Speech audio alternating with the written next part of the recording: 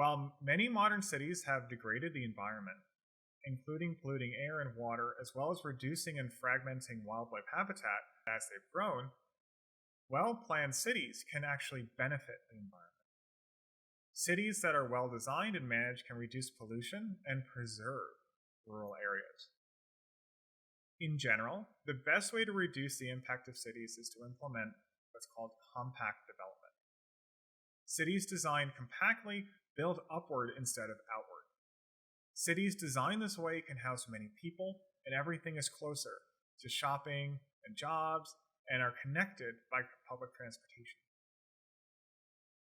However, this sort of development needs to be done in a way that is equitable and is not just for the benefit of the most wealthy. In general, urban technological development and modernization has benefited wealthy individuals over poorer individuals. Brownfields that have been rejuvenated attract wealthy people from suburbs back into the city. This process of gentrification often displaces urban poor that cannot afford to live in these neighborhoods, even though they might have actually lived in the area in the past. Urban development needs to be done in an equitable way, where both the wealthy and poor can live there and have equal access to city services. Another major issue with urban development is urban sprawl. In the 17 and early 1800s, cities in the US were generally concentrated around ports or rivers. However, in the mid 1800s, the invention of rail travel decreased travel time and increased travel distance, allowing for people, particularly wealthier people, to live further away from the city and commute into and out of the city every day. By the early 1900s, cars and highways further expanded urban metropolitan areas well beyond the urban center, even producing their own smaller urban and suburban areas miles outside of the city center. This urban sprawl is extremely important environmentally because the larger a city and its metropolitan area is, the more land is taken up by urban and suburban land use, and the more degradation to land and waterways.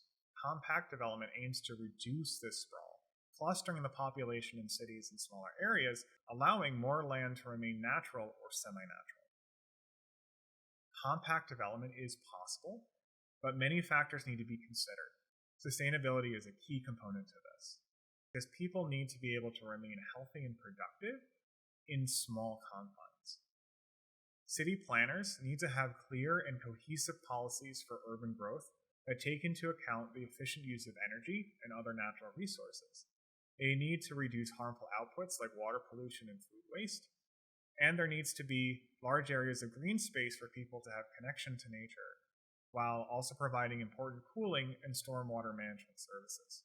Urban farming needs to be expanded so that food is made in cities and not wholly imported from the surrounding rural areas. Overall, the city needs to be designed with people in mind, and public transportation needs to be improved. Cities should be people-centered, not car-centered.